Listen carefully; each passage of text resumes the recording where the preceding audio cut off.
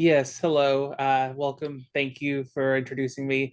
My name is Dakota. I am from Jeffersonville, Indiana. And for my capstone project for Code U, I did an e-commerce dashboard for a computer parts store that I would one day like to make myself. Uh, so a little bit about me, like I said, and like Don said, I'm a Jeffersonville native, but I was born in Louisville. I am a gamer, PC builder as well, and a sci-fi fan. And I was a web dev student in the Code U course, as well as a Purdue graduate with a double major in game design and web design with a bachelor's degree there. I chose Code U because I had a 10-year background of coding off and on, but never got too deep into it. And I was wanting to basically further my skills as a on the coding side because my degree was design side, so less about the coding, more about the UI and UX. I also am trying to seek employment into the tech industry. It's one thing that I am really have a huge goal for because that's my dream is to work in the tech industry. And then I chose this project mainly because I love building computers, and I know a lot about computer parts and everything. And I figured doing an e-commerce store that focuses on that would be a challenge in and of itself.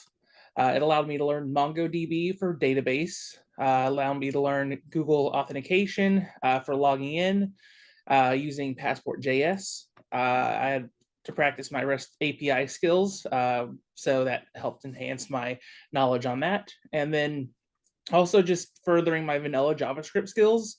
I didn't focus on doing a framework or anything like that. I just wanted to get into the nitty gritty with JavaScript itself and really understand the ins and outs of it.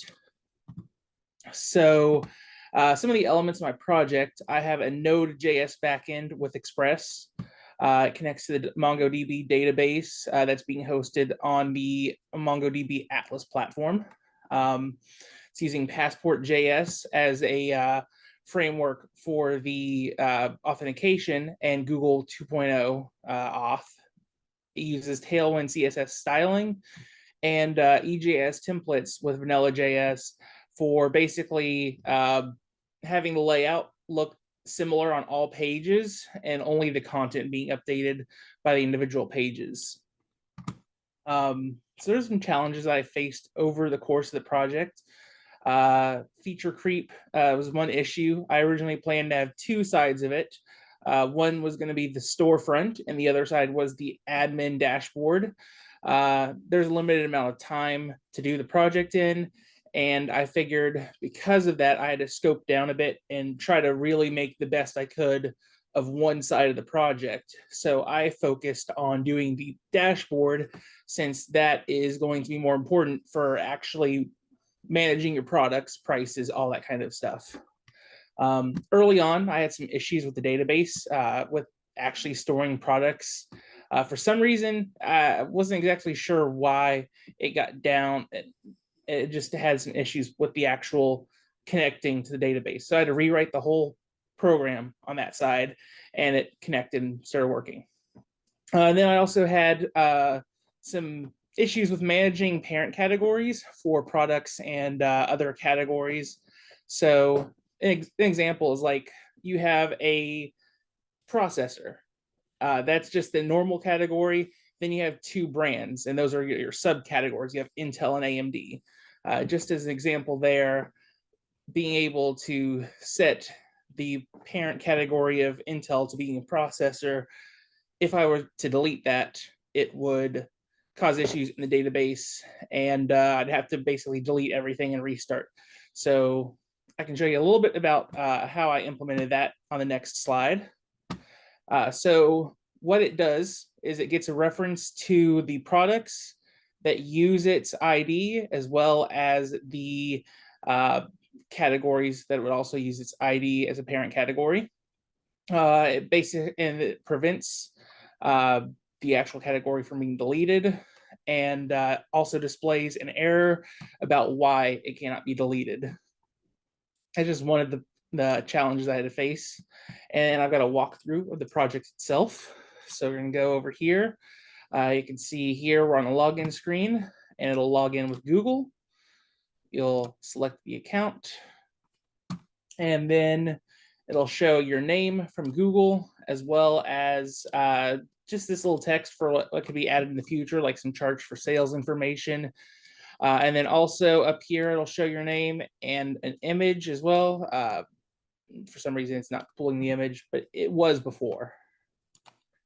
Then you have your products page. You can add a product, type in a name, can choose the category, write in a description, type in a price with a number. So it's $2.59.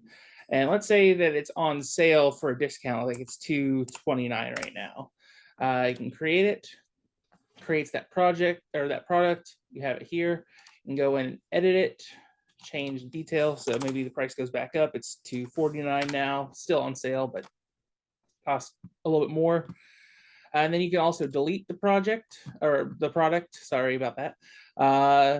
That is pretty much the basic functionality of that. And then you've also got categories management that you can create a category. So let's just say it's just a random category. We'll give it a parent of that processor, save it. There it is. Try to delete that parent category. It won't let me. It says cannot delete parent category existing child category with existing child categories. So if I delete that, and then I delete these other two. Oh, it's got child categories. Okay, that's got products actually. So delete the products, and then I can delete these now, and then I can delete this. And then you can, of course, edit the category as well. So we'll go ahead and create this again.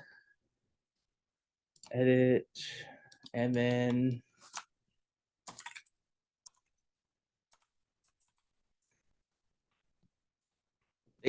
so there you go. You got the categories as well. And then in the future, I will also implement orders. I will implement a settings page that you can like maybe change the colors and change some user settings. And then you can also log out and log back in. And that is that walkthrough of the project. So over the course of this project, I learned more about the Express.js router, setting up the MongoDB database, authenticating users with Passport.js and Google, managing the time on the project, and just ensuring that I put in my best effort on what I could during that time frame.